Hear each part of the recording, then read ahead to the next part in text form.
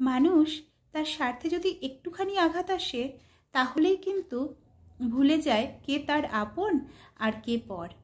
কিন্তু পশুরা যতক্ষণ সহ্য করতে পারে ততক্ষণ পর্যন্ত তার প্রভুদের ওপরে আক্রমণ করে না।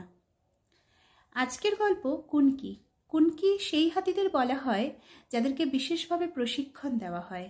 জঙ্গল থেকে কোনো হাতি যদি লোকালয়ে চলে আসে তাকে আবার জঙ্গলে ফেরত পাঠানোর জন্য এই হাতির ব্যবহার করা হয়।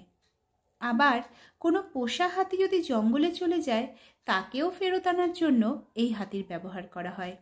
এছাড়াও এই হাতিকে মানুষ তার প্রয়োজন মতো নানা কাজেই ব্যবহার করে। গল্পের যে মূল বিষয়, সেখানে একটি কুনকি হাতি তার মাহুতকে পায়ের নিচে পিষে মেরে ফেলে। যদিও আপাত দৃষ্টিতে সবার মনে হচ্ছিল যে মাহুত অতিরিক্ত নিজের সাহস বা আত্মবিশ্বাসের জন্য যে সময় হাতির কাছে যাওয়া উচিত নয় সে সময় চলে গিয়েছিলেন, আর তাই পায়ের নিচে পড়ে মারা গেছে। কিন্তু আসলে ঘটনাটা তা ছিল না। এই ঘটনার পিছনে ছিল অনেক গভীর রহস্য, অনেক বড় বড় মানুষের হাত।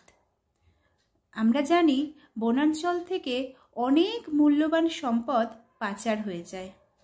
যখন এগুলো অবলীলায় করতে পারে ক্ষমতাশীল মানুষেরা তখন কিন্তু কারোর ক্ষতি করে না, কিন্তু যখন কেউ একজন একটুখানি হলেও বাধা সৃষ্টি করে তখন কিন্তু সে আর এই পৃথিবীতে থাকে না।